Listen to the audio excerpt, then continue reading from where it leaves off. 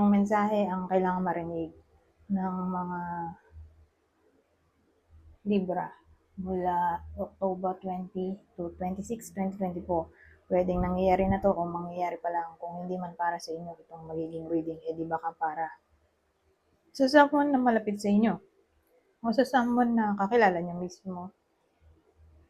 Baka may lumabas na gender mamaya, gawin nyo na lang energy, masculine at feminine energy. Pwede rin naman na huwag nyo nang pansinin yung gender.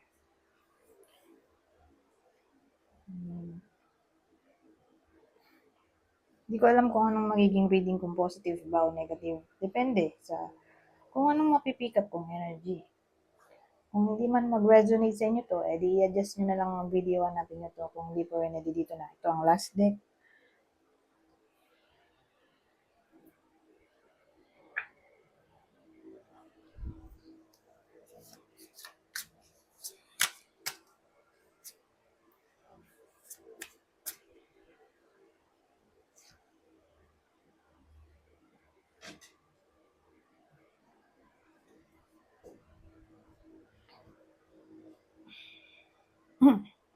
So, sa case na to, maganda naman, actually.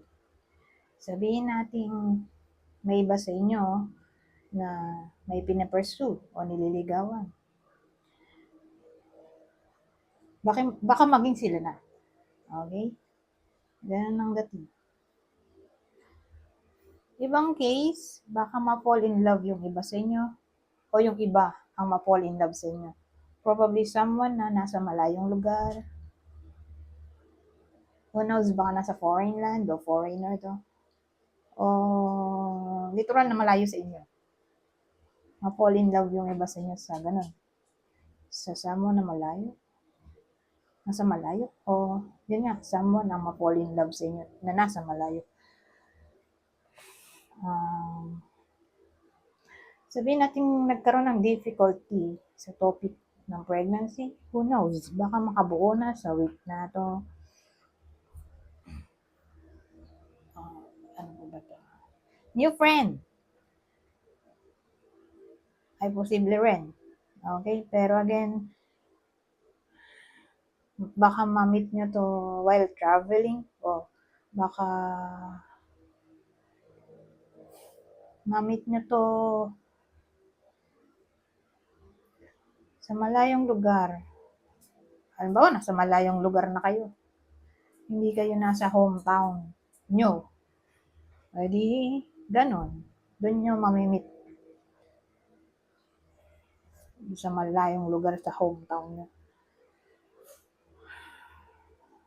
So, kung hindi to new love interest, edi new found friend.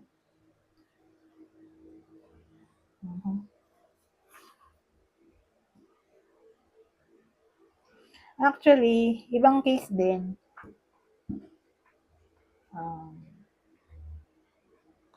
Maraming pwedeng pagpilian yung mga single dito.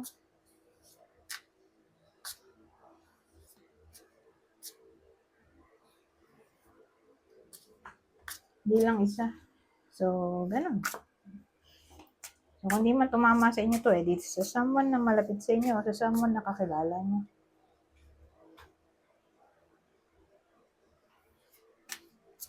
Hindi ko sinasabing lahat yun jojowain, pero ibig ko sabihin, hindi lang isang option yung pagpipilian dito. O baka nga nangyayari na to. So, kung ganun man, may mapipili na.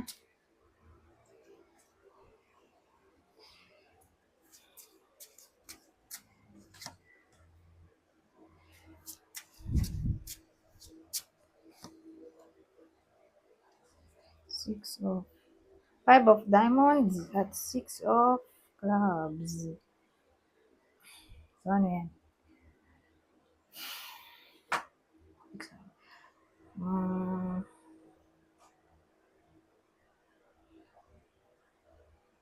Ang tingin ko may tutulong sa iba sa inyo in times of crisis, at ang crisis ay nagmula sa career, business, o money. Parang may tutulong financially. Pero actually, in general na lang to. Kung dito, tungkol sa career, edit sa bahay. Bahay nyo. Relative, biological family.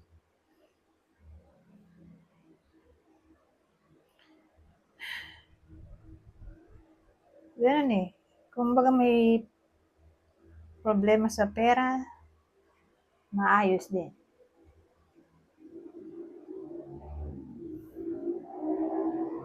Siguro may magpapautang, kaya maayos din.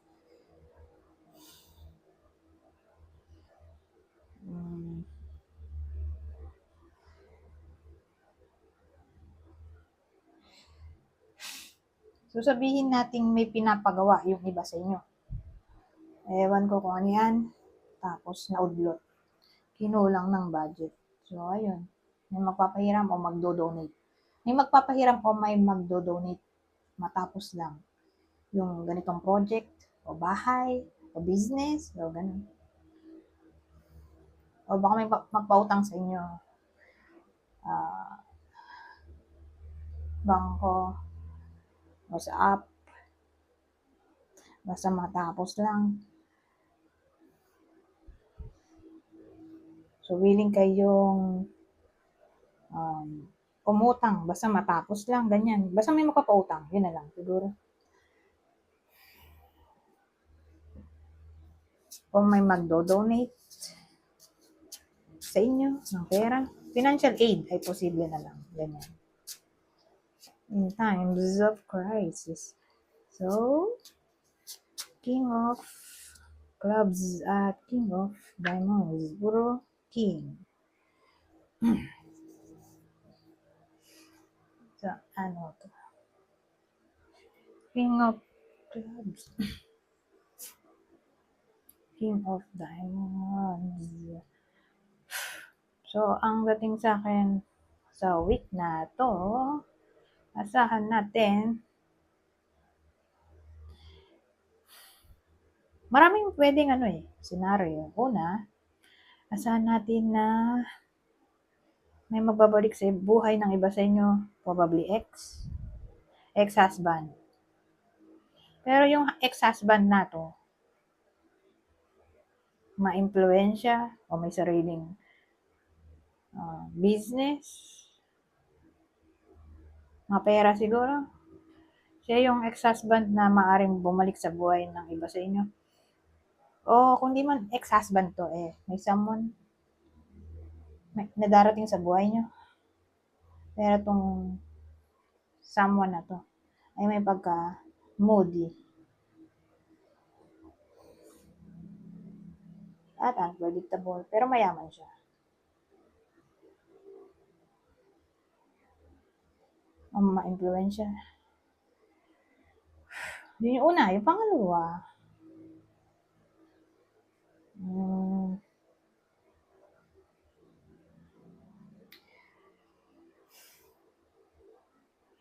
so, may someone na magiging affectionate sa buhay ninyo.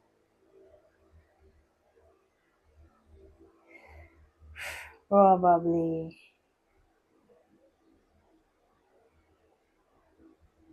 someone na may pagka-stubborn o matanda na siguro, may edad na, puti na buhok.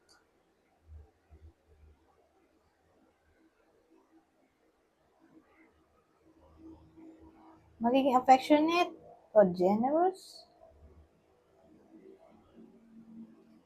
Kasi mayaman to eh. So again, yun lang din pala yun.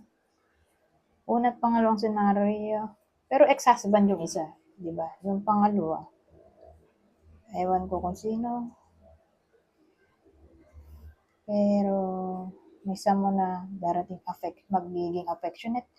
Yung pangatlo, yung darating na someone nga. Ay, teka, yung pangalawa, affectionate pero dramatic. moody. Yung pangatlo, ano ba yun? Matanda na, di ba? Puti na buhok, pero generous siya. O, ayan. Yung tatlong pwedeng senaryo ang dumating sa buhay nyo, lalaki. Yun yung personality. Okay, whether babae o lalaki nanonood. Ganon. Ganon ang dating. At least mabuti naman yung intention niya. Diba? Mabait naman siya.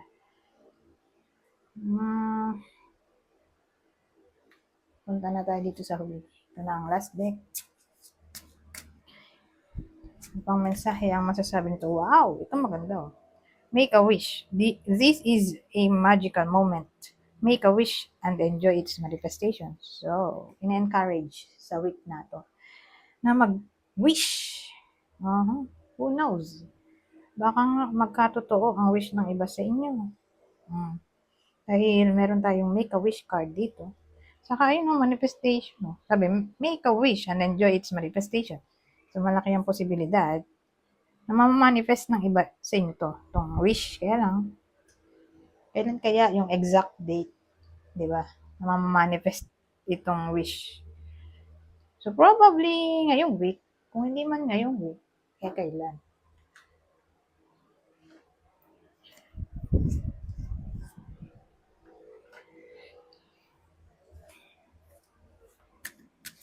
So, kukuha tayo ng iba pang time frame. Kuha ko ng 3. So, kung hindi siya within this week, mamanifest itong wish. Baka within 3 months from October, November, December, January. So, January. Within yung 3 months na yun. Ito nga. Within a couple of days. Edi papalo na yan ngayong week. Diba? Kasi 7 days tong weekly reading natin. Sa loob ng 1 linggo. Edi ngayong week yan, di ba? Divine timing is at play. So, pag ganito, hindi natin masasabi kung kailan. Kasi, universe ang magdidikta kung kailan niya gusto ibigay itong wish ng iba sa inyo. Pero at least, nangyayari naman siya. Yun nga lang. Hindi natin masasabi kung kailan. So, again, alin man dyan sa mga to, yung pwedeng time frame. Okay?